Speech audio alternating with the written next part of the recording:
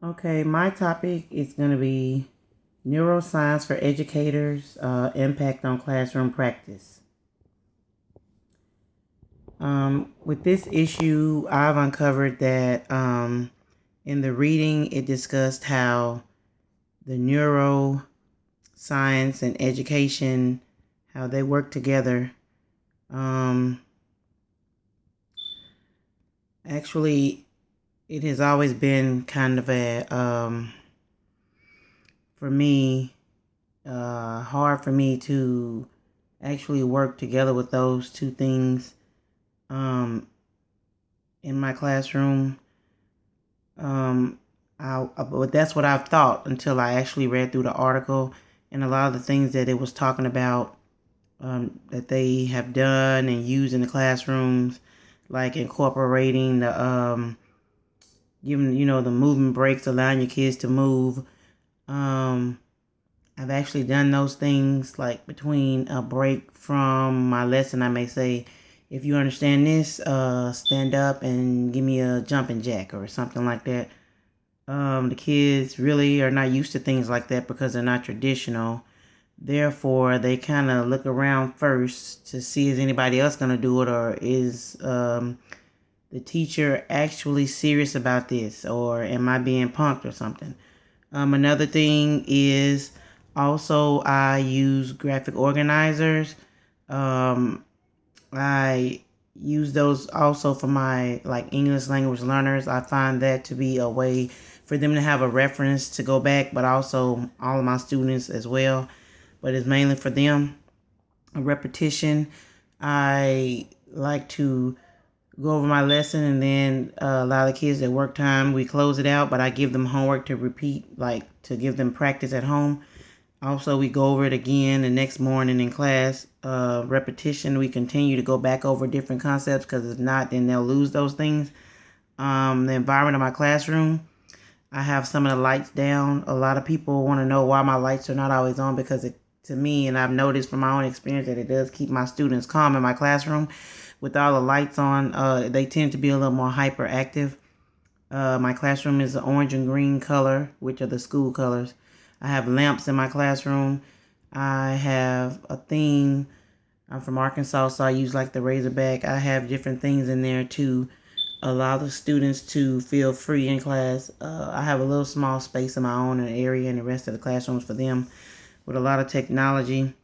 Um, I guess my issue would be really my school district with this doesn't offer a lot of professional development, or do they require us to have any for this? They require us to have parental involvement hours. They require us to have technology hours, but they never have required us to have anything that connects the education with the brain, which I think would be a good thing. Sometimes they start off the school year saying, we're going to use this, or like learning styles, things like that.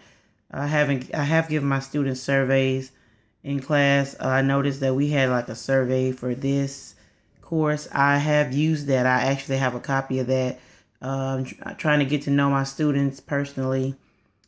I do feel that things like that are helpful, but yet again, my issue is really having a deep understanding going through. I went through traditional teacher program, and I still have a issue with connecting the neuroscience to the education. This course itself has helped me a lot with trying to understand the brain, how my students work.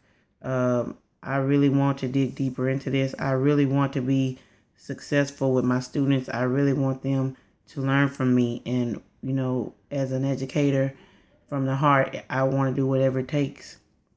So this is the issue, the, actually how the brain works. I teach math, and I want, a lot of kids are afraid of math and it's hard to reach them. So I have to pull out all the stops like projects and things. But again, I not knowing that these things that I was doing were connected to the neuroscience. I didn't know that. So that's something that I'm glad to know now from reading through the article.